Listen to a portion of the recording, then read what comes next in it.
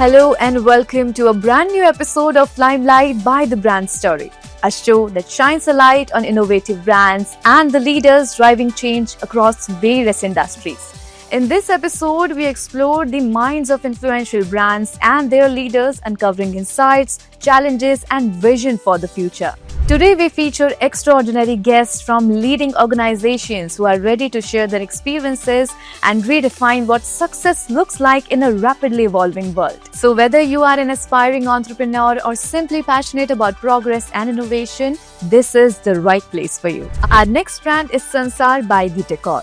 Sansar, a name that celebrates the art of living beautifully. As a leading decor and lifestyle brand, it blends the timeless craftsmanship with contemporary design to create spaces that reflects elegance, comfort, and individuality. With an exquisite range of home decors, furnishings, and accessories, Sansar continues to inspire modern homes with style, sophistication, and creativity.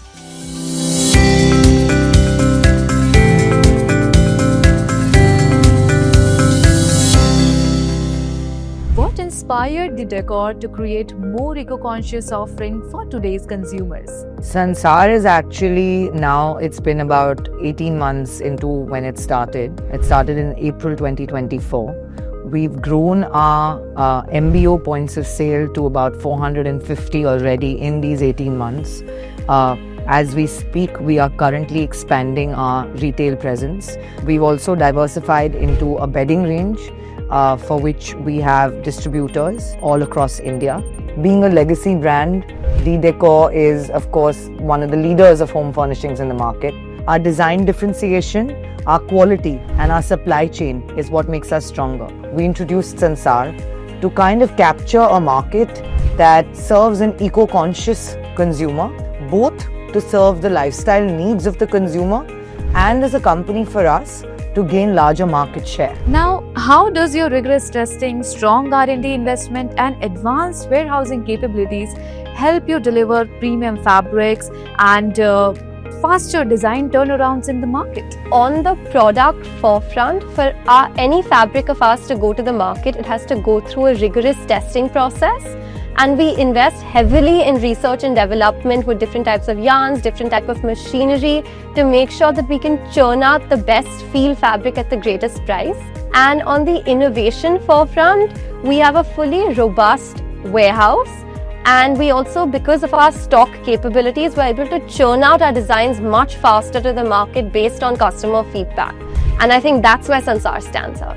Now, how does Sansar cater to an eco-aware audience, especially the Gen Z, while maintaining a strong balance between quality pricing and strong supply chain efficiency? The truth is, we actually saw a gap in the market. We saw today's consumer being a lot more aware, a lot more conscious of their surroundings. I believe that appeals to all of the categories as mentioned. Gen Z, who is eco-conscious, Gen Z and above rather, who's eco-conscious. That being said, our pricing strategy is strongly backed by our quality and our efficient supply chain. How do you ensure world-class quality while keeping the brand rooted in Indian identity and local relevance? We're 100% benchmarking against these global brands, and I think Sansar has done a great job to compete with them in terms of our quality assurance.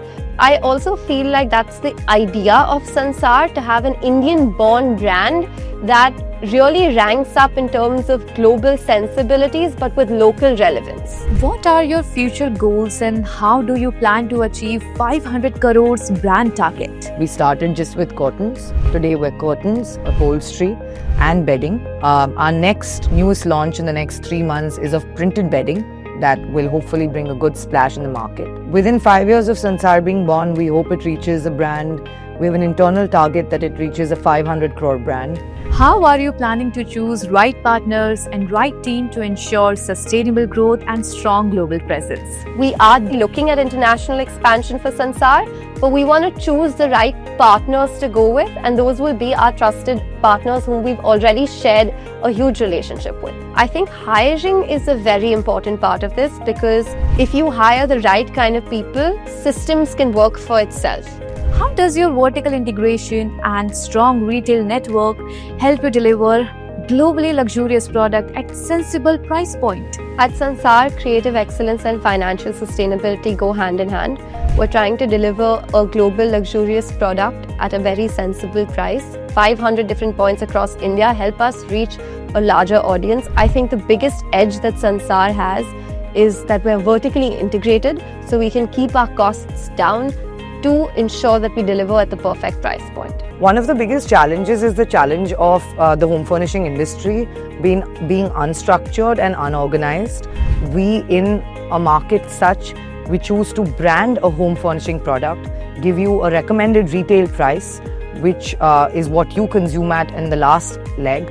And at the same time, we are also the flag bearers of sustainability. Just going off of that, sustainability today to a customer is organic cotton or recycled polyester. And we at Sansar are trying to educate the customer about the eco-conscious processes that go into making a fabric. For example, at Sansar, we're using renewable energy.